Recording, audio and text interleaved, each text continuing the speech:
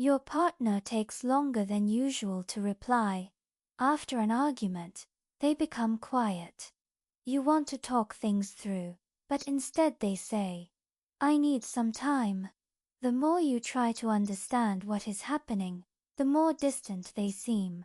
And after watching a few videos about attachment theory, one explanation starts to feel almost obvious. Maybe my partner is avoidant.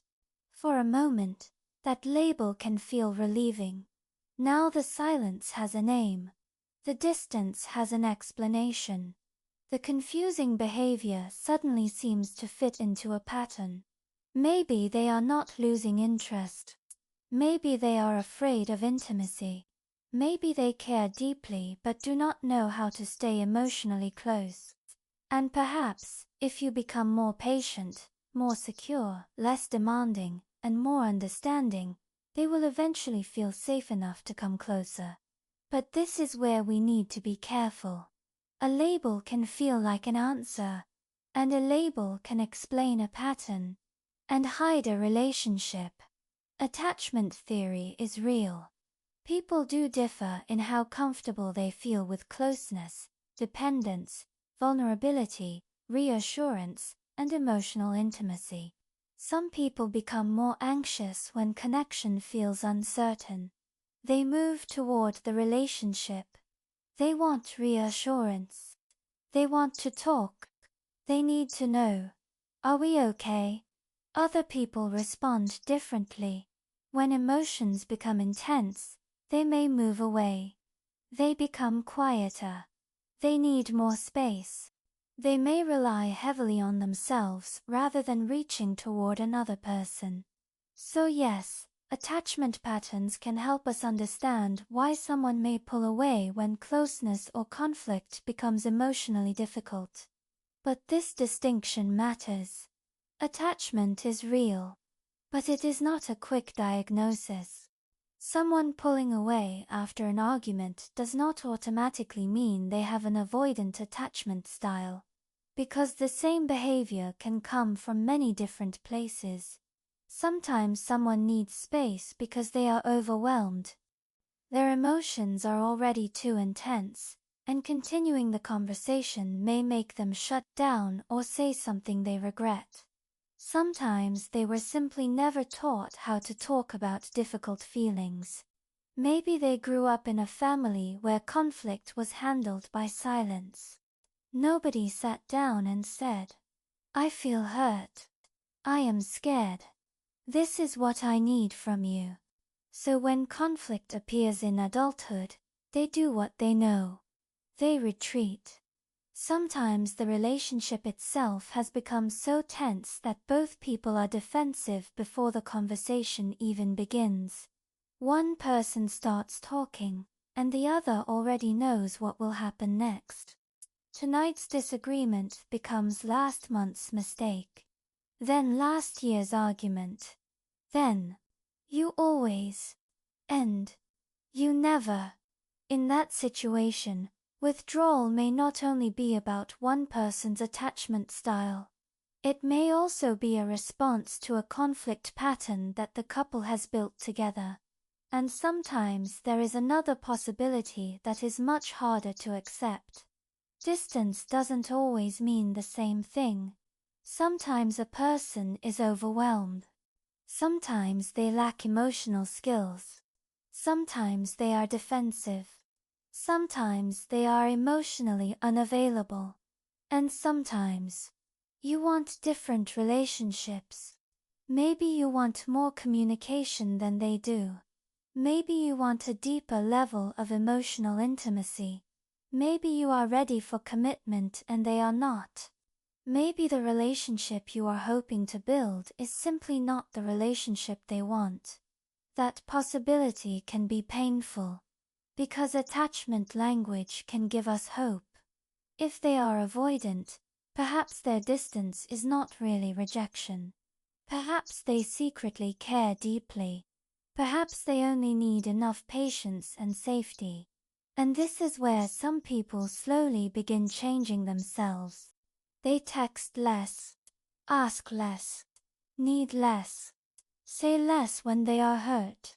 They try to become calmer, more secure, less demanding. They tell themselves, don't pressure them. Give them more space. Don't be needy. Don't make them feel trapped. But eventually, another question becomes necessary. Is understanding this person causing me to abandon my own reality? Because understanding someone is valuable. Compassion is valuable. Learning about attachment can be valuable. But understanding someone should not erase your reality. Imagine your partner needs space after an argument.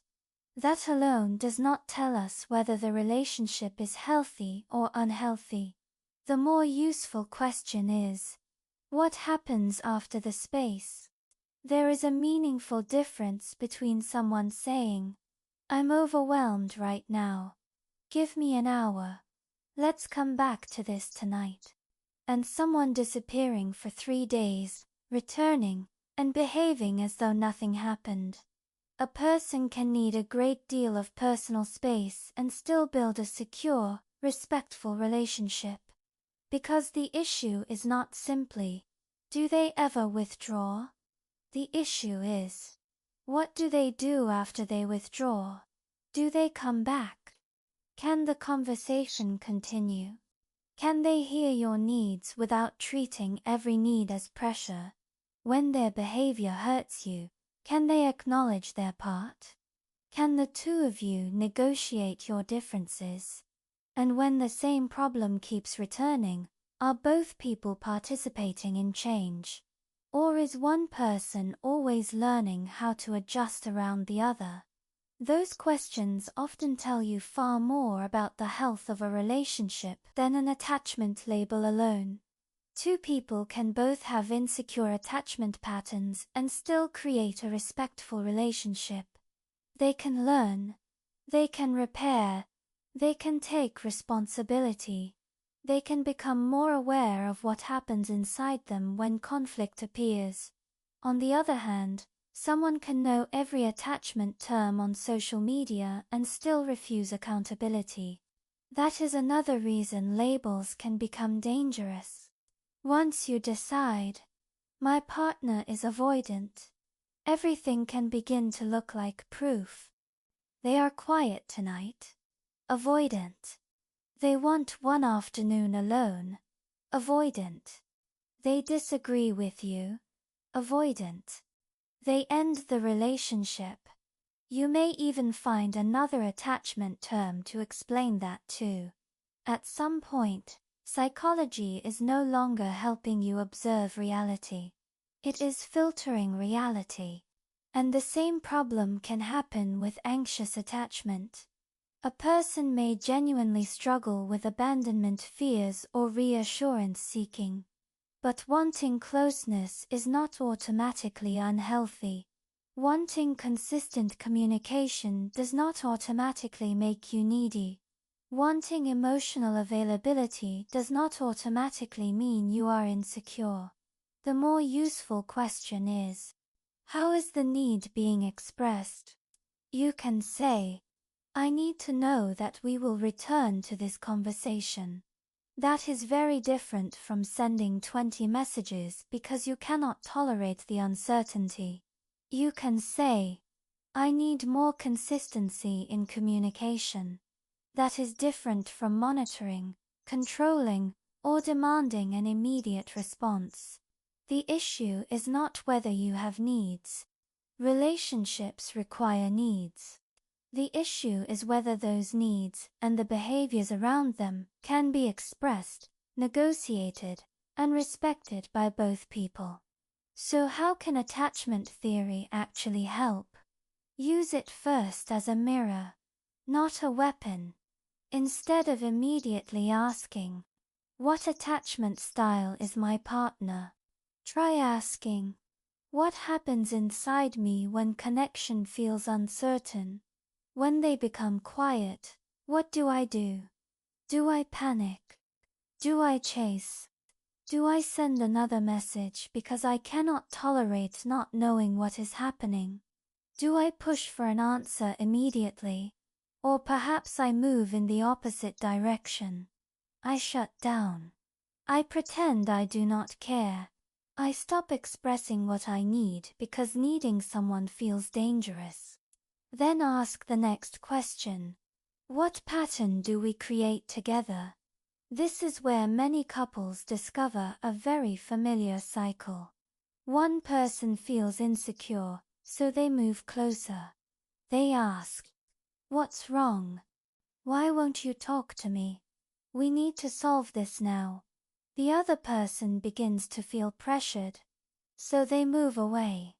The first person sees them pulling away and becomes even more anxious, so they pursue harder.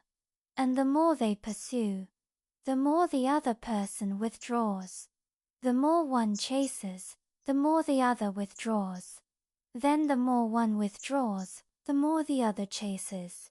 If we simply say, "You are avoidant," and "You are anxious," we turn a relationship cycle into two character flaws. But once we see the cycle, something becomes possible. The cycle can change. If emotions are too intense, the conversation can pause. But pausing is not the same as abandoning the conversation. The person who needs space can say, "I'm too overwhelmed to talk well right now. Give me an hour. Let's come back to this at 9. And the person who needs connection can say, "I can give you that space. But I need to know that we are actually going to return to the conversation." Then they return. And when they do, they stay with one issue.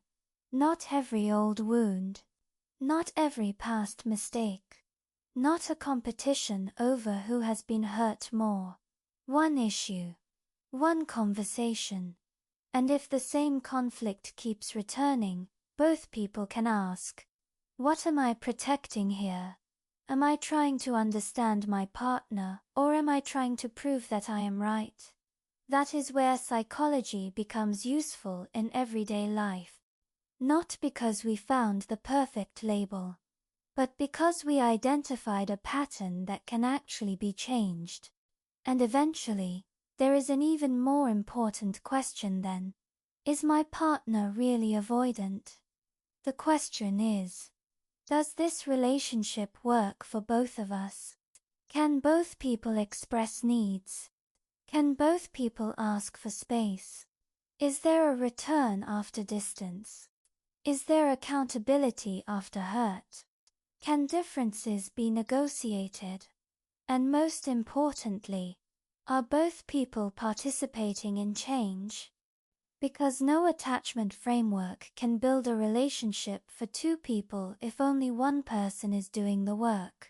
So before you spend more time trying to determine whether your partner is avoidant, anxious, secure, or something else, try asking, whatever we call this pattern, does this relationship allow both of us to feel heard, respected, and emotionally safe enough to be ourselves? That question may not give you the quick certainty of a label, but it brings you back to something much more important.